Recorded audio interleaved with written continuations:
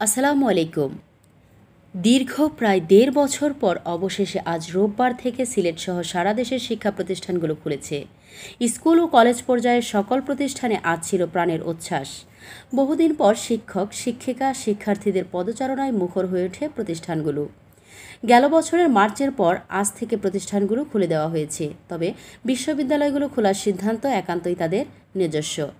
আজ রোববার সকাল থেকে সিলেটের বিভিন্ন শিক্ষা প্রতিষ্ঠানে ঘুরে দেখা যায় অন্যরকম উৎসবের মতো শিক্ষার্থীদের বরণ করা হচ্ছে সিলেটের অগ্রগামী বালিকা উচ্চ বিদ্যালয়ের প্রধান ফটকে।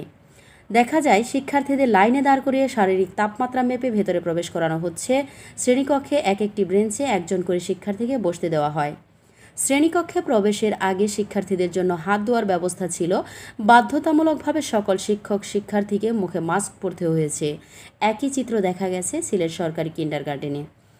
আখালিয়া সরকারি প্রাথমিক বিদ্যালয়, Bluebird School and College, the Aided High School, Sylhet সরকারি মহিলা কলেজ সহ প্রতিটি শিক্ষা প্রতিষ্ঠানে শিক্ষকরা জানান, শিক্ষা প্রতিষ্ঠান খুলে দেওয়ার ঘোষণা আসার পর পরিষ্কার পরিচ্ছন্নতার কাজ করা হয়েছে। ধুয়ে মুছে ছাপ করা হয়েছে সব কিছু। প্রতিষ্ঠান প্রাঙ্গণে ছিটানো হয়েছে জীবাণুনাশকও। শিক্ষার্থীদের তাপমাত্রা পরিমাপের জন্য কেনা হয়েছে ইনফ্রারেড থার্মোমিটার।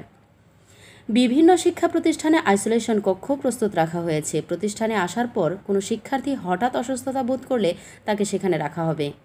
আগে যেখানে একই শ্রেণীকক্ষে বেশ কিছু সংখ্যক শিক্ষার্থী একসাথে বসে ক্লাস করত, এখন প্রতিটি শ্রেণীকক্ষে মাত্র ২০ জনের মতো করে বসানো হচ্ছে। সংক্রমণ ঝুঁকি এড়াতেই এমনটা করা হচ্ছে বলে জানান শিক্ষকরা।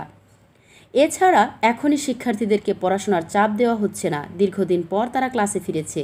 আপাতত তাদেরকে পরিবেশের সঙ্গে খাপ খাইয়ে নেওয়ার সুযোগ দিতে চান শিক্ষকরা।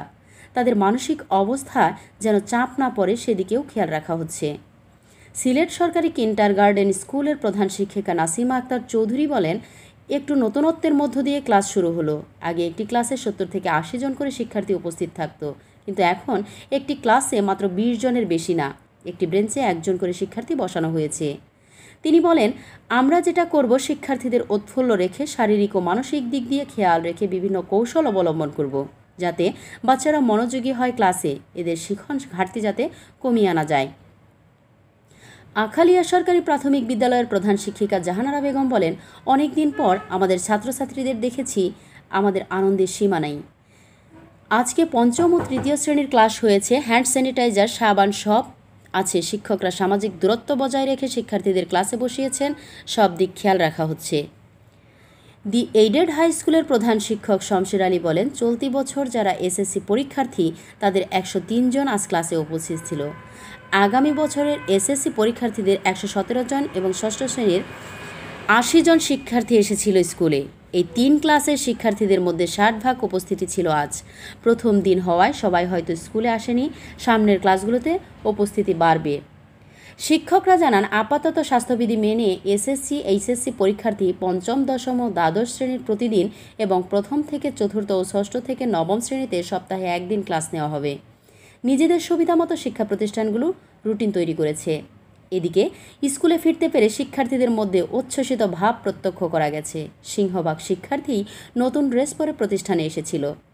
সিলেট সরকারি অগ্রগামী বালিকা উচ্চ বিদ্যালয়ের পঞ্চম শ্রেণীর শিক্ষার্থী জেরিন তাসনিম বলেন, আমরা অনেক দিন পর স্কুলে এসেছি, 2টি ক্লাসও করেছি, অনেক ভালো লেগেছে। ক্লাসে যাওয়ার আগে হাত ধুয়ে ঢুকেছি, মুখে মাস্ক ছিল। ক্লাস করে খুব ভালো লেগেছে, আরও ক্লাস করতে চাই।